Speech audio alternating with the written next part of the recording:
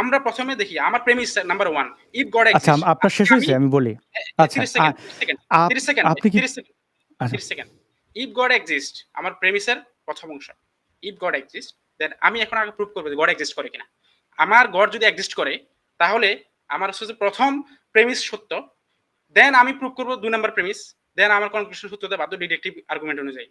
So আমাকে সেই সুযোগটা কিন্তু আপনাকে দিতে হবে। তাহলে আপনি এখন ওয়েল 20 মিনিট আমি পরে, আচ্ছা জি, এখন 20 আমি মিনিট পরে দেন শোনেন, আমরা প্রুভ আপনার করতে আপনার চাই। 30 সেকেন্ড শোনেন। আমি বুঝতে পারছি আপনি কি বলতে চাইতেছেন। জি। আপনি একটা বিষয়, আপনি কি আপনার বলছেন ভাই? উদ্দেশ্য আপনি কথা কি বলছেন আপনি বলেন।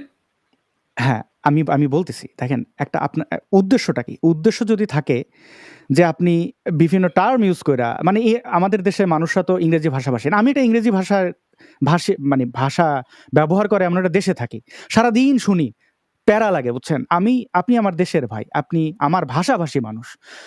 আমার দেশের মানুষ যদি আপনার সরল বাক্যে ফিলোসফিক্যাল টার্ম এই না, সরল বাক্যে যদি আল্লাহর অস্তিত্বটা বুঝাইয়া বলতেন, মানুষ হুম। উপকৃত হইত। আসসালামু আলাইকুম।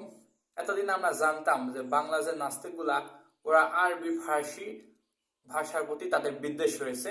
ইসলামের ভাষা আরবি, এটা নাকি বাংলাদেশের সংস্কৃতির সঙ্গে যায় না এবং এটার প্রতি বিদ্বেষ। কিন্তু খুবই অবাক বিষয় যে ইংরেজি ভাষার প্রতিও তাদের একজনের বিদ্বেষ রয়েছে এবং সেটাই আমি আপনাদেরকে দেখব। নাস্তিক আসাদ নূরকে যখন সাজ্জাদুল মালিক শান্ত ভাই বিভিন্ন ইংরেজি টার্ম ব্যবহার করছিলেন, তখন তিনি বলছেন যে ইংরেজি তার কাছে বিরক্তিকর লাগে, ইংরেজি ভাষা বলেন না। কারণ কি জানেন? কারণ হচ্ছে সে ইংরেজি জানেই না।